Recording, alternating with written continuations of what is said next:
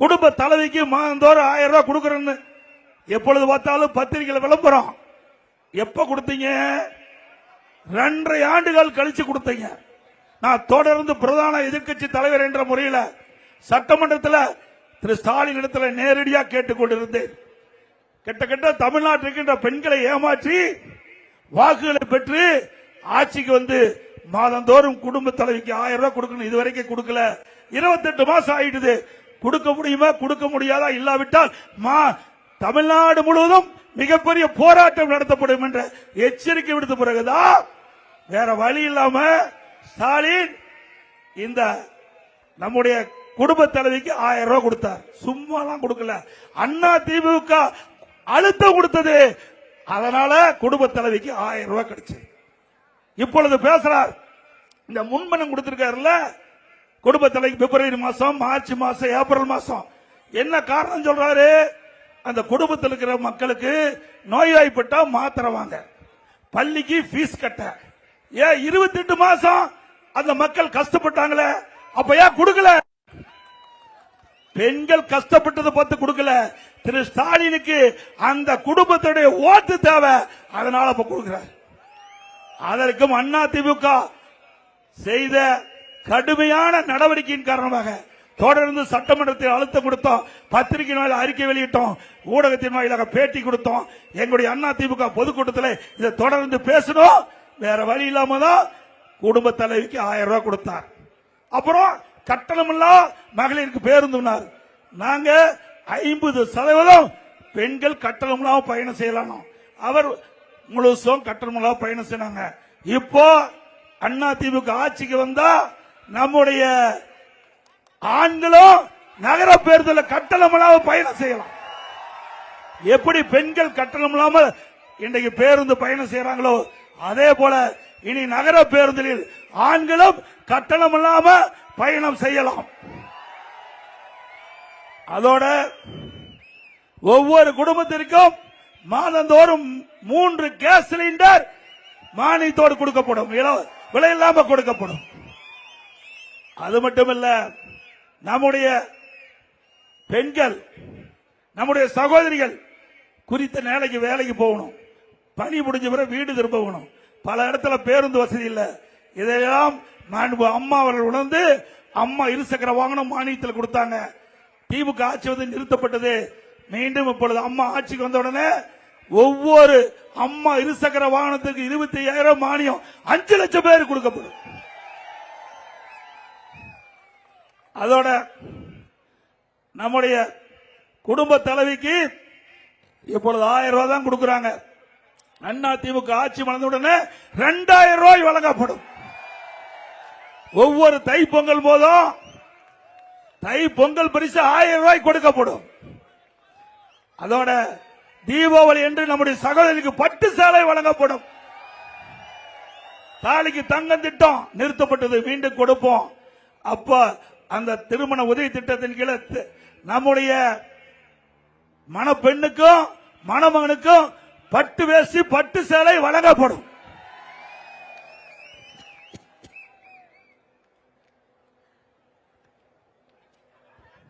இளைஞர்கள் வங்கியில் வாங்கிய கடன் ரத்து செய்யப்படும். அண்ணா திமுக ஆட்சிக்கு வந்த அதே போல இந்த 100 நாள் வேலை திட்டம் திமுக ஆட்சியில் சொன்னாங்க. ஆட்சிக்கு வந்தா 150 நாள் உயர்த்தப்படும். உயர்த்தவே இல்லை. பல முறை நான் சட்டமன்றத்தில் கோரிக்கை வச்சேன். தேர்தல் நேரத்தில் கொடுக்கப்பட்ட வாக்குறுதியை நிறைவேற்ற வேண்டும் என்று திரு ஸ்டாலினிடம் நான் கோரிக்கை வச்சேன். நிறைவேற்றவே இல்லை. மத்திய அரசு சொல்லி அண்ணா திமுக அழுத்தம் கொடுத்து மத்திய அரசாங்கம் 100 நாளத்தை 125 நாளா உயர்த்திருக்கிறாங்க. அண்ணா திமுக ஆட்சி வந்த உடனே 125 நாள் 150 நாளாக உயர்த்தப்படும். அதோட நம்முடைய ஏழை, நம்முடைய கிராமத்தில் இருக்கின்ற மக்கள், நகரத்தில் இருக்கின்ற மக்கள், ஏழை மக்கள் வீடு இல்லாம இருந்தா அண்ணா திமுக ஆட்சி வந்த உடனே அந்த ஏழைகளுக்கு கான்கிரீட் வீடு கட்டித்தரப்படும். பட்டியலின மக்கள், அருந்தியர் மக்கள், ஆதிராட மக்கள், பட்டியல் மக்கள், மலைவாழ் மக்கள் இவரெல்லாம் குடும்பத்தில் வயது வந்த பிறகு ஆண்களுக்கு திருமணமாகி தனி குடித்தனம் போனா அவர் வீடு இல்லாம இருக்கிறாங்க. அப்படி இருக்கின்ற அந்த தனி குடித்தனம் சென்ற அவர்களை கணக்கிட்டு அவர்களுக்கு தேவையான வீடுகள் கட்டுவதற்கு நிலம் வாங்கி அற்புதமான காங்கிரீட் வீடு அந்த பட்டியலின மக்களுக்கு கட்டி கொடுக்கப்படும்.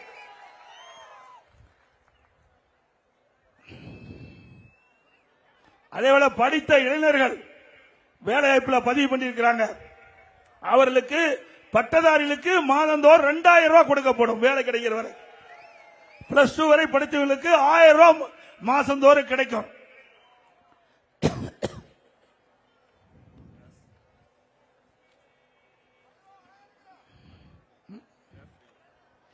அதே போல திராவிட முன்னேற்ற கழகம் பல அறிவிப்புகளை கொடுத்தாங்க. 525 அறிவிப்புகள் கொடுத்தாங்க. எல்லாம் நிறைவேற்றினாங்களா? மாதந்தோறும் கேஸ் சிலிண்டருக்கு 100 ரூபாய் மானியம் கொடுக்கறாங்களா? கொடுத்தாங்களா? கல்வி கடன் ரத்து பண்ணாங்களா? நீட் தேர்வு ரத்து பண்ணாங்களா? நம்முடைய ரேஷன் கடையில் கூடுதலா சக்கரை அவர்களே கொடுக்கறாங்களா? கொடுத்தாங்களா? 100 நாள் வேலை திட்டத்தை 150 நாள் உயர்த்தினாங்களா? ஆக எதுவுமே செய்யல. அண்ணா திமுக ஆட்சி வந்த உடனே நானும் அரசாங்க பள்ளியிலே படித்தவன். ஆகவே நம்ம கிராமத்தில் இருக்கின்ற அரசு பள்ளியை படித்த மாணவர்கள் பெரும்பாலும் ஏழை குடும்பத்தை சேர்ந்தவர்கள், விவசாய தொழிலாளிகள். அவருடைய கனவு மருத்துவராக வேண்டும் என்று அந்த கனவை நனவாக்கின்ற விதமாக அண்ணா திமுக ஆட்சியில் 7.5% உள்ளிடஒதுக்கீடை கொண்டு வந்து சட்டம் இயற்றப்பட்டு அமல்படுத்தப்பட்டு இன்றைய தினம் 3000 பேர் அரசு பள்ளி படித்த மாணவ மாணவிகள் மருத்துவ கல்வி கிடைச்சிருக்குது. இந்த மருத்துவ இடஒதுக்கீட்டுல இந்த மருத்துவ இடம் கிடைச்ச மாணவர்கள் மாணவிகள் சாதாரண குடும்பத்தை சேர்ந்தவர்கள். அப்படிப்பட்ட குடும்பத்தில் இருக்கிற மருத்துவ கல்வி கட்டணம் கட்ட முடியாது.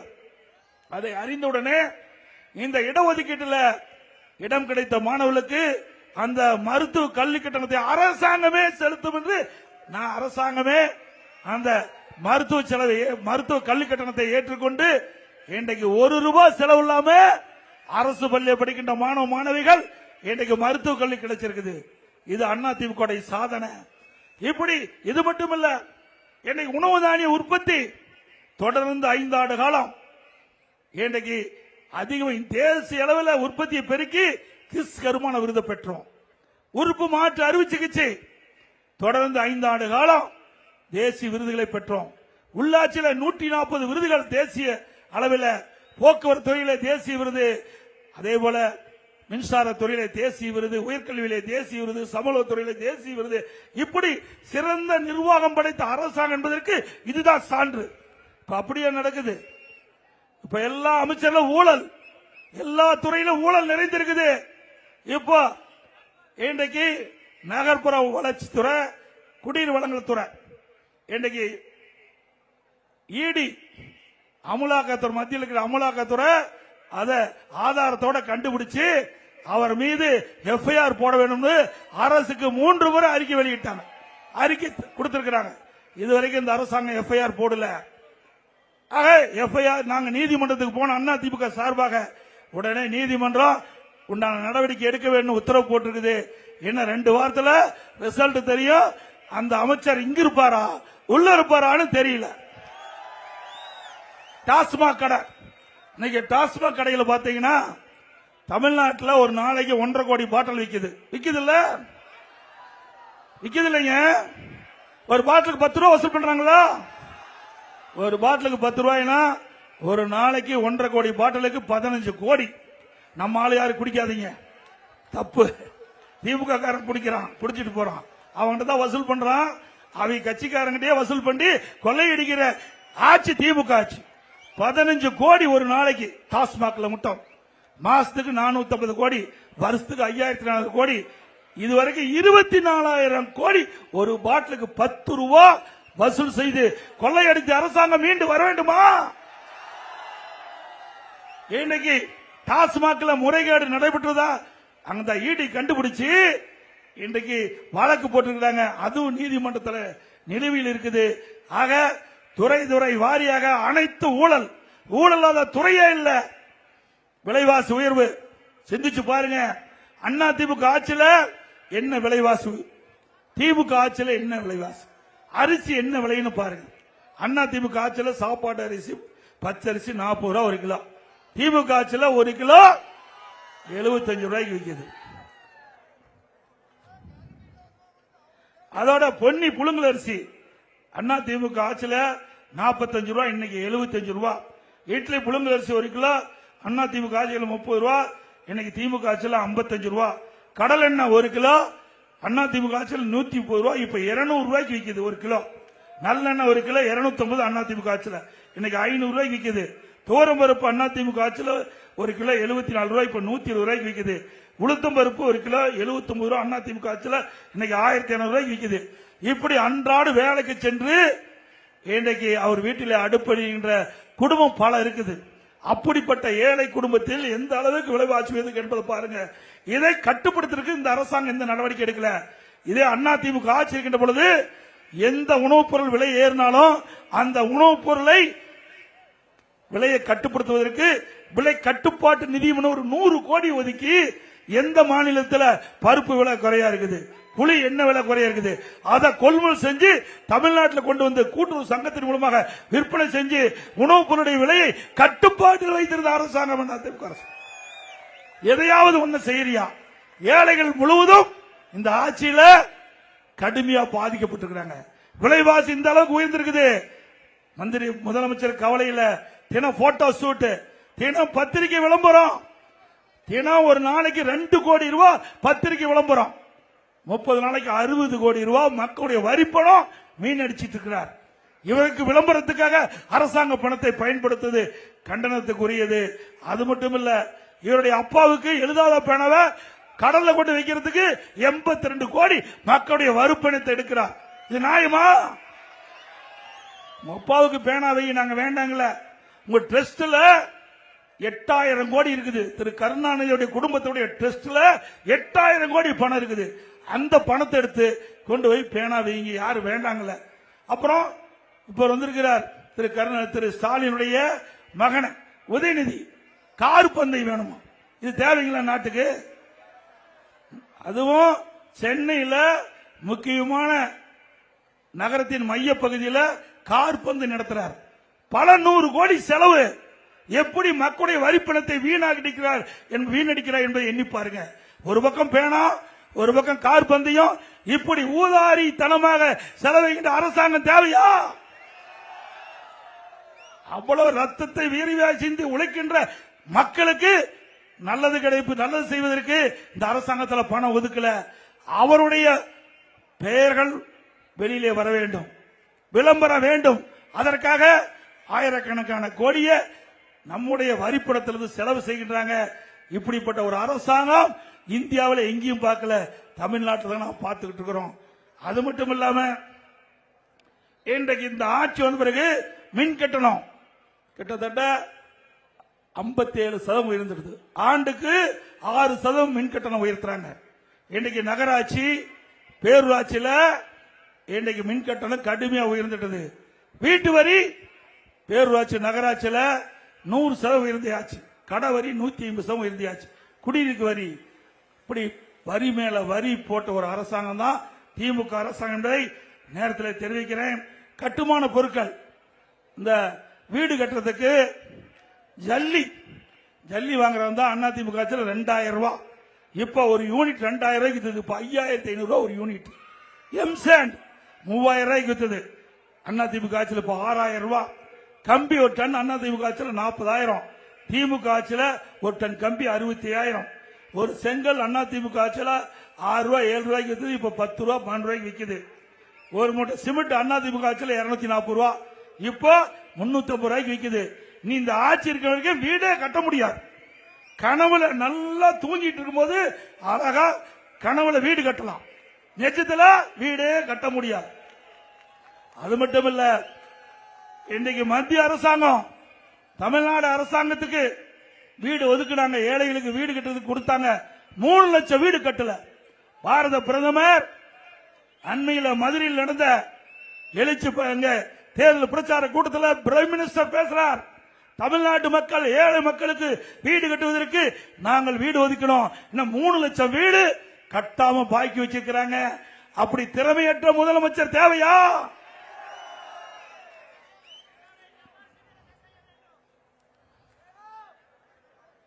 அதோட எங்க பார்த்தாலும் கொலை கொள்ளை திருட்டு வழிப்பறிவு பாலியல் வன்கொடுமை நடக்காத நாளே இல்லை. இன்னைக்கு எல்லாம் போதை ஆசாமிகள்னால இந்த பிரச்சனை நடக்குது. இன்னைக்கு பாத்தீங்கன்னா நாங்குநேரியில 4 நாளைக்கு முந்தி ரோட்ல போறவங்க எல்லாம் வெட்டுறான். சிவகங்கையில நேற்றைக்கு முன்தினம் அதே மாதிரி ரோட்ல போறவங்க எல்லாம் வெட்டி சாய்க்கிறாங்க. இப்படி சர்வசாதாரணமா கொலை நடக்குது. இதுக்கு என்ன காரணம்? எல்லாம் கஞ்சா போதை ஆசாமிகள். இன்றைக்கு இந்த ஆட்சி வந்ததிலிருந்து இன்று வரை போதைப் பொருள் நடமாட்டத்தை தடுக்க முடியல. ஏன்னா பாதி பேர் அந்த போதைப் பொருள் விற்பனையில ஆளுங்கட்சி சேர்ந்தவர்கள் ஈடுபட்டு காரணத்தினால காவல்துறை அவர்களை கட்டுப்படுத்த முடியல. இதனால தமிழகத்தில் போதைப் பொருள் நடமாட்டம் அதிகமாகி இளைஞர்கள், மாணவர்கள், பொதுமக்கள் இந்த கஞ்சாவுக்கு அடிமையாகி இன்றைக்கு தமிழகத்தில் போதைப் பொருள் நிறைந்த மாநிலமா இன்னைக்கு பார்க்கப்படுகிறது. இந்த போதைப் பொருள் ஆசாமியினால்தான் இந்த கொலை கொள்ளை திருட்டு வழிப்பறிவு பாலியல் வன்கொடுமைகள் தினந்தோறும் நடந்துகிட்டு இருக்குது. ஆக இப்படிப்பட்ட அரசாங்கம் தொடர வேண்டுமா? நல்லா சத்தமா சொல்லுங்க. இப்படித்தான் இன்னைக்கு ஒரு திமுக எம்எல்ஏ அவர் ஒரு மருத்துவமனை நடத்துறார். அந்த மருத்துவமனையில் நம்முடைய பள்ளிக்கூடத்தில் வறுமையின் காரணமாக பணத்தாசை காட்டி அவரை அழைச்சிட்டு போய் அவருடைய உடல் இருக்கிற கிட்னிய முறைகேட எடுத்துட்டாங்க. இன்றைக்கு திமுக ஆட்சியில் இப்படிப்பட்ட கொடுமை நடந்திருக்குது. இதை மன்னிக்க முடியுமா? ஒரு அரசாங்கத்தில் ஒரு எம்எல்ஏ, சாதாரணம் இல்ல, ஒரு ஆளுங்கட்சி சேர்ந்த எம்எல்ஏ அவருடைய மருத்துவமனையில் ஏழைகளுடைய வறுமையை பயன்படுத்தி இன்றைக்கு கொடுமையான செயல்ல அந்த கிட்னிய இன்றைக்கு முறைகேடா எடுத்திருக்கிறாங்க. நீங்க வந்திருக்கிறவங்க எல்லாம் திமுக மருத்துவமனையில் போய் ஏதாவது ஆபரேஷன் பண்ணியிருந்தா போய் ஸ்கேன் பண்ணி பாத்துக்கங்க. ஏன்னா உள்ள இருக்கிற உறுப்பு இருக்குதா இல்லையா? நமக்கு என்ன தெரியும்? கிட்னி எடுத்திருப்பான். இன்றைக்கு எதுக்காக சொல்றேன்னா, இதே நாமக்கல் மாவட்டத்தில் கிட்னியை எடுக்கணும்னு சொல்லி கணையத்தை எடுத்துட்டான். கிட்னி எடுக்கணும்னு சொல்லி கல்லீரல் எடுத்துட்டான். அதனாலதான் சொல்றேன், தயவு செய்து அருள் கூர்ந்து வந்திருக்கின்ற பொதுமக்களாம் சரி, கழக நிர்வாகிகளும் சரி, உற்றார் உறவினர் நண்பர்கள் ஏதாவது திமுக நடத்துகின்ற மருத்துவமனையில் ஆபரேஷன் பண்ணியிருந்தா ஸ்கேன் பண்ணி பாத்துங்க. இல்லைன்னா உங்களுக்கு உடலுக்கு உறுப்பு இருக்குதா இல்லையான்னு தெரியாது. திரு ஸ்டாலின் பேசுறார். ஒரு அண்மையில ஒரு அறிவிப்பு கொடுத்திருக்காங்க, உங்கள் கனவை சொல்லுங்க, உங்கள் கனவை சொல்லுங்க. மக்கள் என்ன சொல்றாங்க? எங்களுடைய கனவு இந்த ஆட்சியை அகற்றப்பட வேண்டும்.